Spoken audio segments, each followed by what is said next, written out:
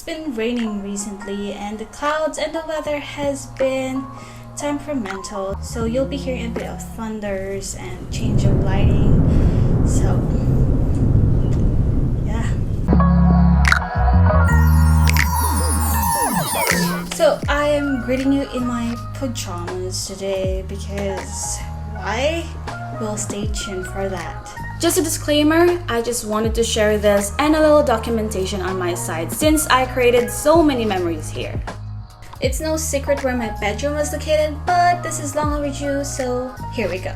Hi everyone, it's me, Mel. Welcome back. So today I'll be sharing with you something a little bit more private about me because I've been going around Singapore in the past few videos and I've never really dived deeper into me. Well, it's no secret because it's online, but let's revisit it and let me tell you about it myself. So today I'll be touring you to my bedroom. Well, my old bedroom anyway. But first, let's go back to its location.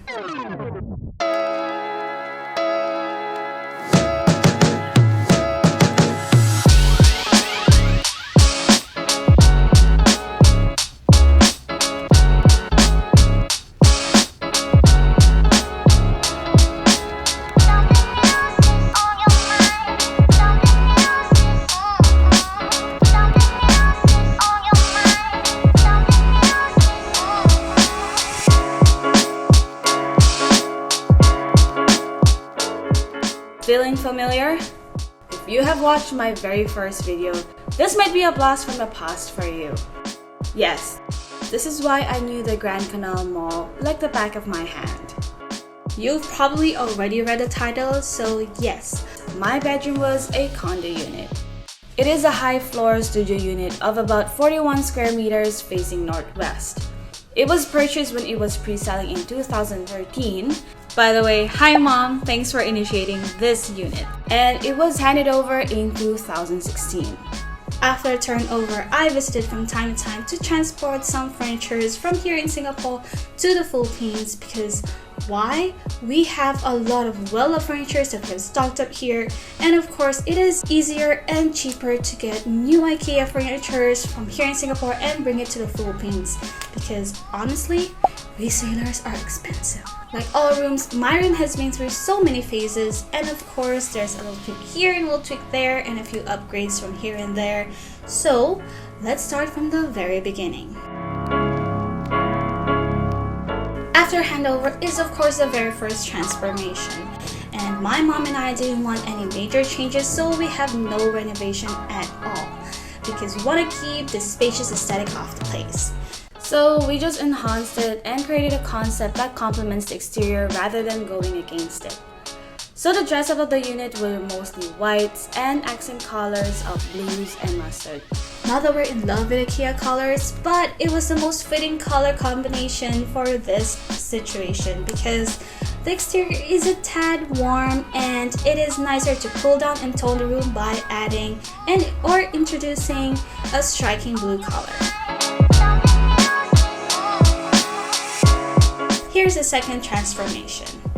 A year later, I was staying in this very room myself because I traveled back to Philippines to do my further studies, and I use this unit because it's the most convenient and closest to the school that I go to. So of course, I added my flair in it. So when I came, I had a few luggages containing my electronics, my sportswear, and immediate items. But I also had two huge LBC boxes ship my things. And the floor was transformed with laminated oak flooring, and I literally painted the white walls white myself. It is to lighten up the room, and of course replacing the skirting with a white PVC just makes everything more cohesive.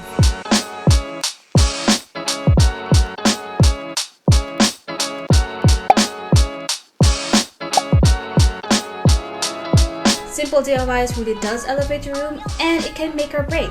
So make sure you know how to do it right. If not, ask a professional. And of course, why? It flatters my pink and white aesthetic. And of course, I added my own flair to it. So it became a girly girl's bedroom. Since I was staying alone, I bought a huge teddy bear to be my so-called roommate.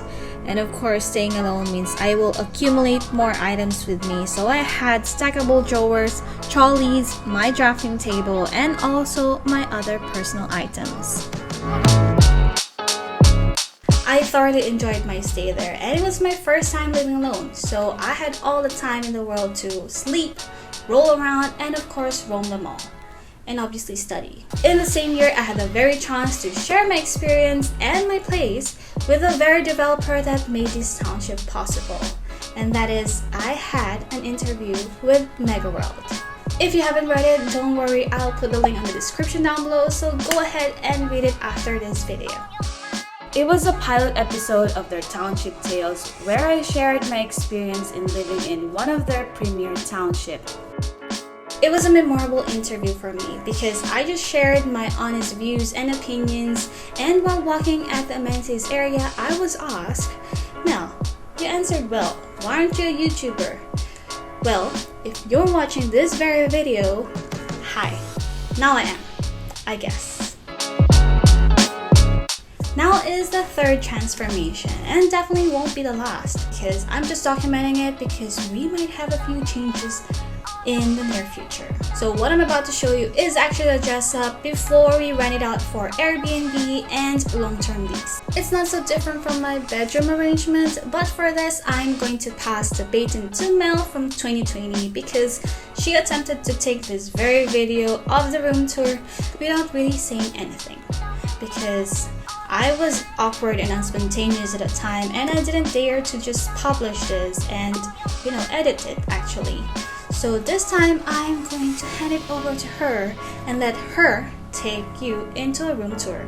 But of course, just to spice the whole thing up, I'm going to assist via voiceover.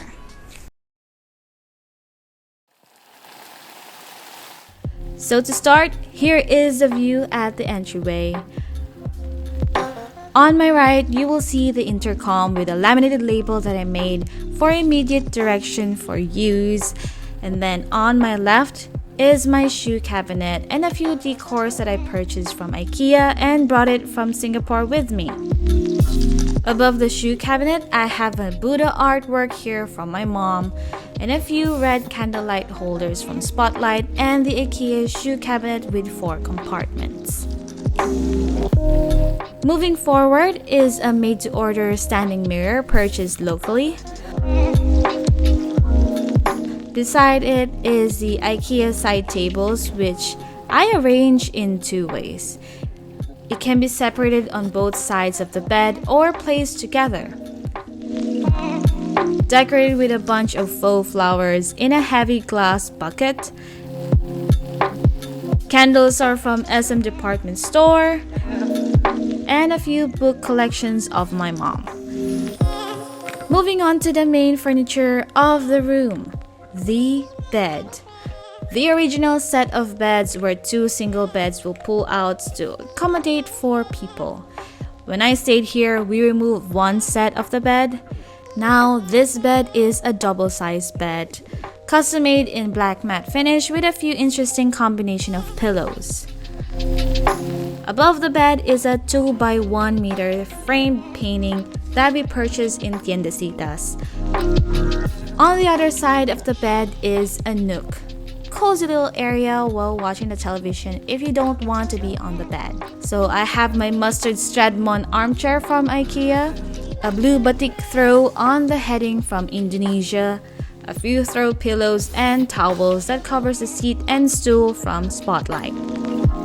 The round side table is from IKEA with a tilt tray from Spotlight and a combinations of decors from SM and IKEA. The lovely crafted floor lamp is from an English shop in Singapore with a fuchsia shade. Look at the details. Moving over to the window or balcony side is first off the window treatment. A combination of block out and sheer curtain with a black leaf vinyl from SM. Mom and Dad purchased these Laurel decors from Spotlight, and since it's a hanging piece, I just thought of hang it here. The dining set was a made-to-order purchase from a local store. While I was staying here, I used this table as my study desk and basically ate my food here while doing my work or on the floor. I was alone, so who cares? The pairs are from I Wanna Go Home from Malaysia, the rest from IKEA. One of the things I love about dining tables is table setup, and I've done a ton whenever I have visitors. Check out some of photos of how I did it. I might do a table setup tutorial in the future, so stay tuned for that. Moving over to the media and TV console. I had a different TV console then. It was brown and shorter, and this metal console is from IKEA as well. Appliances from SM Appliances. Kitchen. The counters are original, but in the future we want to change the kitchen materials to whites. But maybe once I come back here. So here's a few collages of the contents of the kitchen since there's a lot. And the items are a mix of IKEA, SM, and Spotlight.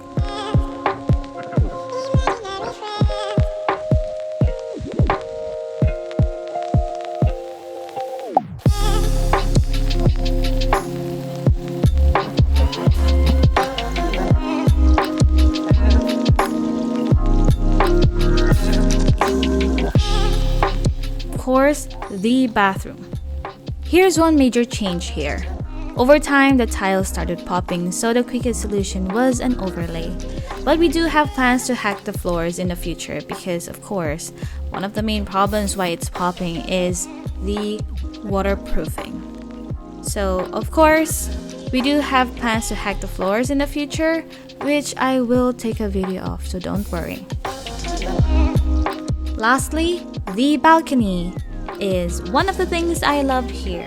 It's windy and sunny and it has ample space for storage. I emphasize on the had because I had a garden here until I got a dog. Nettie! Yeah.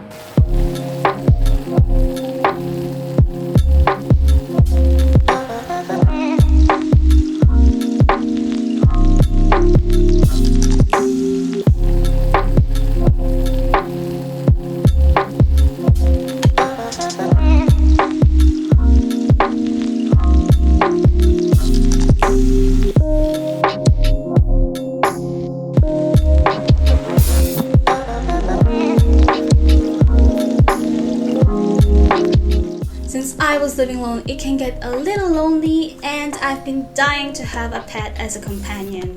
And with my dad and I's persuasion, my mom finally gave me Barry as my Christmas present in 2018.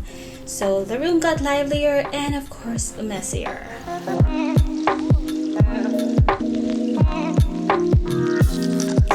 What the hell? Barry, paano ka nakatakas?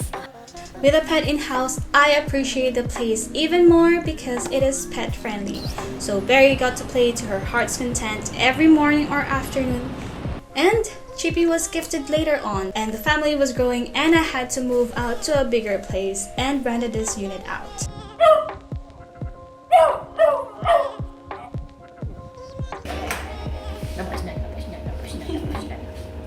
So that's about it. I hope you enjoy that, and of course taking a peek into my private place because I've been touring you around Singapore and I've never really deep dived into my personal spaces. If you're wondering why I suddenly did this, it's because Google apparently have just reminded me that my very first attempt into taking this very sit-down video was taken last year, and I was thinking I should probably do a proper one and just publish this already because it's been so long, and let's just get this done.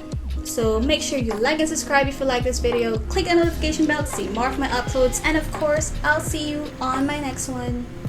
Bye! I'm kind of far, so let me just scooch over.